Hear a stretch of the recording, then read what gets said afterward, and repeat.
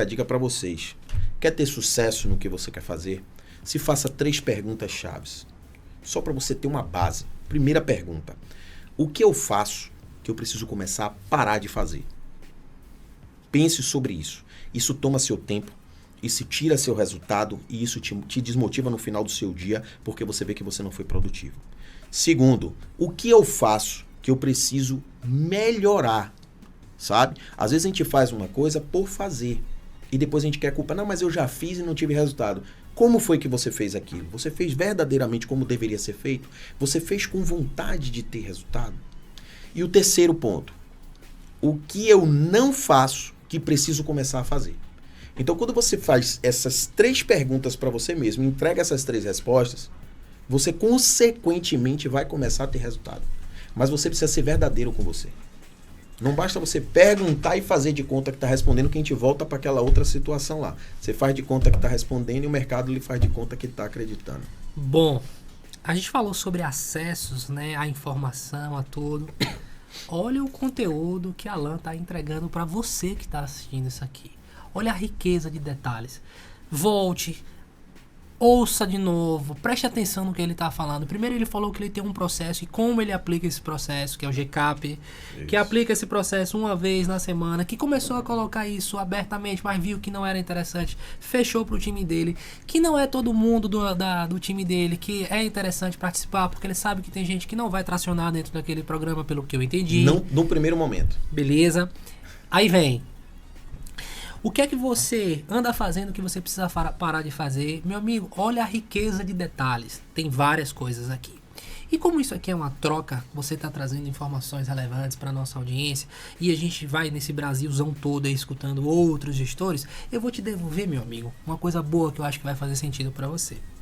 Tem um cliente nosso chamado Diego, da Lion Imobiliária de Maceió. Um abração, Diego. Que é o seguinte, ele tem um programa mais ou menos seguindo essa base aqui, só que um dia a gente estava almoçando, ele chegou para mim e disse: Gabriel, essa parte da técnica de vendas, disso, daquilo outro, cara, eu já estou fazendo. Só que eu comecei a entender que existe uma matriz fora o lado da técnica que eu preciso trabalhar nesse cara também, que é o lado da educação financeira desse cara, que é o lado da espiritualidade, sem entrar em detalhes de religião, levantar bandeiras. Exatamente. E o fator psicológico emocional desse cara. E implementou. Tá colocando no seu também?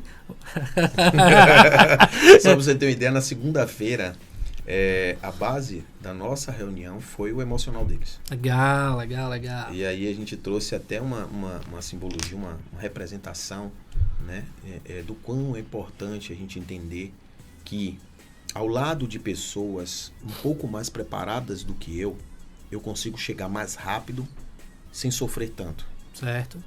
Quando eu decido abrir mão disso, porque isso é uma escolha que eu tenho, eu estou escolhendo apanhar para aprender.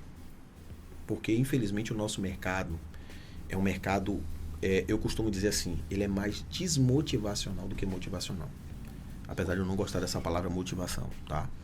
Mas ele é muito mais desmotivacional. Por quê? Porque a gente ouve muito mais não do que sims. Faz parte. Pronto. Eu ouço muito mais não, consequentemente isso não é algo que entra de forma muito positiva inicialmente na minha cabeça. Eu tenho um outro treinamento que eu dou que eu digo o seguinte: nem sempre um não quer dizer não. Sim. Tá? Às vezes um não quer dizer um start para o início de uma conversa, o início de uma negociação. Não naquele momento.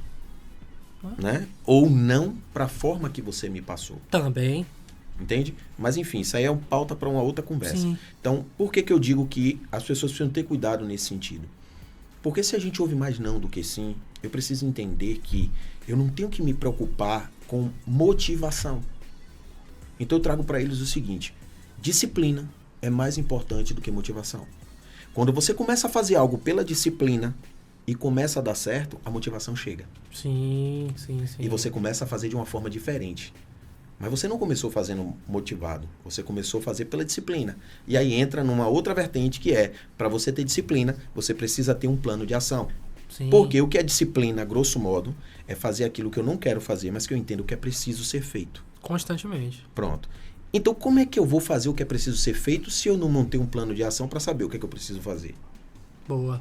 Então você precisa ter um plano de ação para saber o que é que você precisa fazer para eu fazer no momento em que eu não quero. Boa. Entende? Boa. Então assim, a gente procura trabalhar esse lado emocional, o lado espiritual muito, né? Eu sou cristão, então me apego bastante a Deus. Somos. Então sempre eu estou trazendo a palavra também, às vezes no momento lá, numa conversa, uma apresentação de um treinamento, a gente sempre se preocupa muito, Gabriel, com o lado humano do processo. Boa. Seja para o corretor, seja para o